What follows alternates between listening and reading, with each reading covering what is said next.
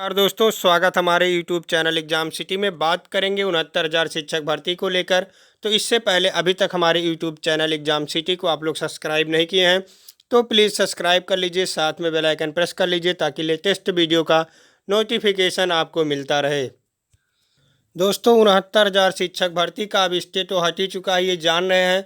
सरकार को पूरी छूट मिल गई है कि सरकार सुप्रीम कोर्ट के दिशा निर्देश के अनुसार इस भर्ती के करने के लिए पूरी स्वतंत्र है। लेकिन क्या अब सरकार इन बची हुई सीटों पर भर्ती करेगी या नहीं करेगी? तो सरकार का स्टैंड क्लियर हो गया है, इन बची हुई सीटों पर भर्ती नहीं करेगी। सरकार मॉडिफिकेशन फाइल कर चुकी है। हो सकता है जल्द ही कोर्ट में सुनवाई हो और ये देखने के लिए मिले कि सरकार को राहत मिल चुकी है, क्योंकि सरकार पूरी प्रयास में है। जैसे डबल बेंच में प्रयास किया और राहत मिला, वैसे सरकार सुप्रीम कोर्ट में भी पूरी प्रयास करेगी और निश्चित रूप से राहत मिलेगा। यदि सुनवाई 16-17 तारीख में हो जाता है और पहले ही स्टैंड में क्लियर हो जाता है इन चीज़ों को लेकर कि 37,339 पद जो हैं वो रिजर्व ना किए जाएं, तो भर्ती जल्दी से शुरू हो जाएगी। और लेकिन ये क्लियर नहीं होता है तो 14 तारीख तक वेट करना होगा। दोस्तों वेट करने में कोई दिक्कत नहीं है। यदि उस समय स्टे ना लगा होता और भर्ती प्रक्रिया शुरू होती, काउंसलिंग हो गया होता, तो ये जो भ्रष्टाचारी लोग हैं ये नहीं पकड़े जाते। जो टॉपर नकल करके बने हैं वो लोग नहीं पकड़े जाते और वो लोग चयन हो जाता उन लोगों का। जिस प्राइमरी में जाते, जिस बच्चों को पढ़ाते, उनका भी भविष्य ये लोग चौपट कर देते। तो देर हुआ दुरुस्त हुआ, सब कुछ सही होगा। देरी से होगा भले ही, लेकिन सब कुछ सही होगा। जितने भी नकल करके आए हैं सब लोग बाहर होंगे इस लिस्ट से, जिला आवंटन की लिस्ट से, इस सूची से।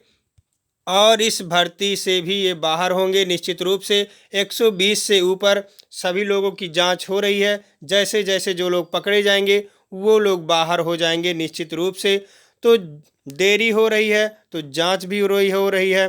देरी ना होती, जैसे काउंसलिंग हो जाता, तो दोस्तों इन लोगों की नियुक्ति पक्की थी, कोई रोक नहीं पाता, क्योंकि जांच तब नहीं होती। और अब तो जांच हो रही है, अब ये पकड़े भी जाएंगे, इनके ऊपर कार्रवाई भी होगी और ये नियुक्ति पत्र से बाहर भी हो जाएंगे, वंचित भी हो जाएंगे। तो आप लोग परेशान ना हो, देर होगा तो सब कुछ सही होगा। तो जैसे जैसे समय व्यतीत होता जा रहा है सबके मन में ये प्रश्न उठ रहा है कि क्या काउंसलिंग शुरू होगा कि नहीं, क्या सुप्रीम कोर्ट से राहत मिलेगी कि नहीं, कब तक होगी सुनवाई, और रिजर्व सीटें होंगी या नहीं, बची हुई सीटों पर सरकार भर्ती करेगी कि नहीं। तो सरकार का स्टैंड क्लियर ही हो गया है, बची हुई सीटों पर भर्ती नहीं कर पाएगी सरकार। और यदि करना पड़ा भर्ती हुई सीटों पर तो किस गुणांक तक सेव होंगे, और बाकी जो लिस्ट में चयनित थे उनका क्या होगा, दूसरी काउंसलिंग होगी या नहीं, जो 1-2 नंबर से बचे लोग हैं उनका क्या होगा। तो इन सारे प्रश्नों का जवाब इस वीडियो के अंदर मिलने वाला है। तो अब तक यदि वीडियो को लाइक नहीं किए हैं तो वीडियो को लाइक कीजिए और शेयर प्लीज़ ज़रूर कीजिए। तो दोस्तों काउंसलिंग को लेकर जो बात हो रही है, यदि सुप्रीम कोर्ट से राहत मिल जाती है तो काउंसलिंग तत्काल शुरू हो जाएगी। और ये सुनवाई 15-16 तारीख में हो जाता तो स्टैंड क्लियर ही हो जाएगा कि क्या होने वाला है।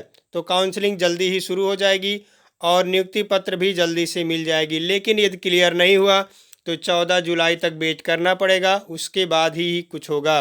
क्योंकि सरकार नहीं चाहेगी कि इन बची सीटों पर भर्ती किया जाए, क्योंकि जो लिस्ट में चयनित हो चुके हैं उनको सरकार बाहर कैसे पर कर पाएगी। यदि सुप्रीम कोर्ट में यही आदेश आ जाता है कि इन सीटों को रिजर्व किया जाए तो सरकार को और पद जोड़ने पड़ेंगे, क्योंकि इतने सीटों पर कोई फ़ायदा नहीं होगा नियुक्ति देने का। तो सरकार को और पद जोड़ने पड़ेंगे, उसके बाद ही नियुक्ति प्रक्रिया शुरू हो पाएगी। नहीं तो बीएड और बीटीसी वाले आंदोलनरत हो जाएंगे, आंदोलन प्रारंभ कर देंगे, क्योंकि इनके साथ अन्याय हो रहा है। योग्यता का यहाँ खिलवाड़ हो रहा है, क्योंकि बीएड और बीटीसी इनसे ज़्यादा योग्य हैं।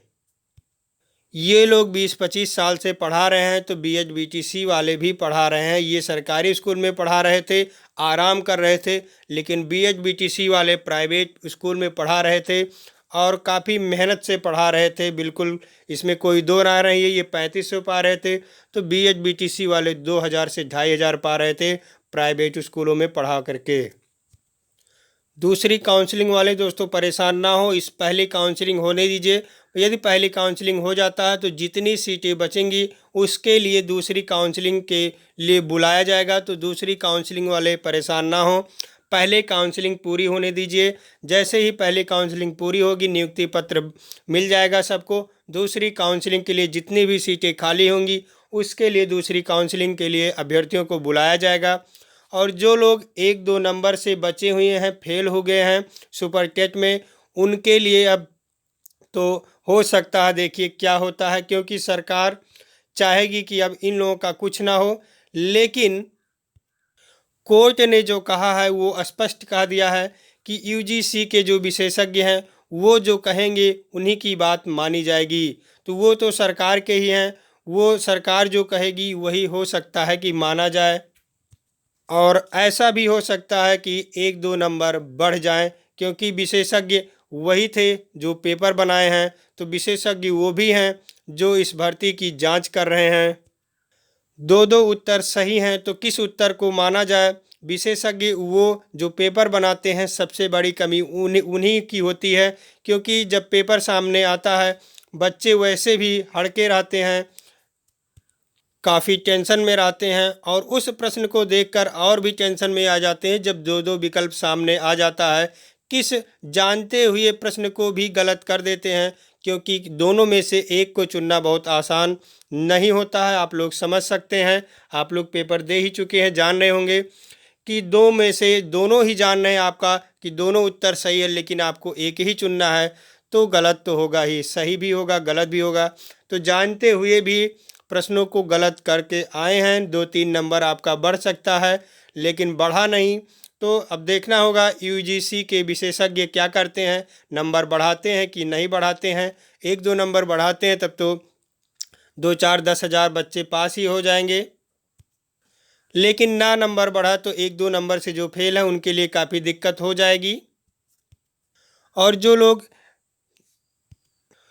1-2 नंबर से फेल हैं उनके लिए अच्छी खबर भी है, क्योंकि अभ्यर्थियों ने सुप्रीम कोर्ट जाने की तैयारी कर ली है। कॉमन नंबर को लेकर जो भी विवादित प्रश्न है उनको लेकर सुप्रीम कोर्ट जाने की तैयारी कर ली है। अब तैयारी हो गई है बिल्कुल, वहाँ भी अब फाइल कर दिया जाएगा। तो दोस्तों आप लोग सभी बातों को समझ गए होंगे, तो धैर्य बनाए रखिए, धैर्य मत खोइए। इस भर्ती में जो कुछ होगा सब कुछ सही होगा, क्योंकि जांच हो रहा है, धीरे धीरे बड़े बड़े खुलासे हो रहे हैं, सब लोग पकड़े जा रहे हैं। तो जितने लोग भी पकड़े जाएंगे इस भर्ती से बाहर हो जाएंगे। प्रयास यही किया जा रहा है सरकार की पूरी तरफ से कि सुप्रीम कोर्ट में जल्द ही सुनवाई हो और राहत मिल चुके सरकार को, और जल्द ही भर्ती प्रक्रिया शुरू की जा सके। आप लोग को कोई दिक्कत परेशानी हो तो कमेंट करके पूछ सकते हैं, हमारे तरफ से सभी कमेंट की रिप्लाई की जाती है।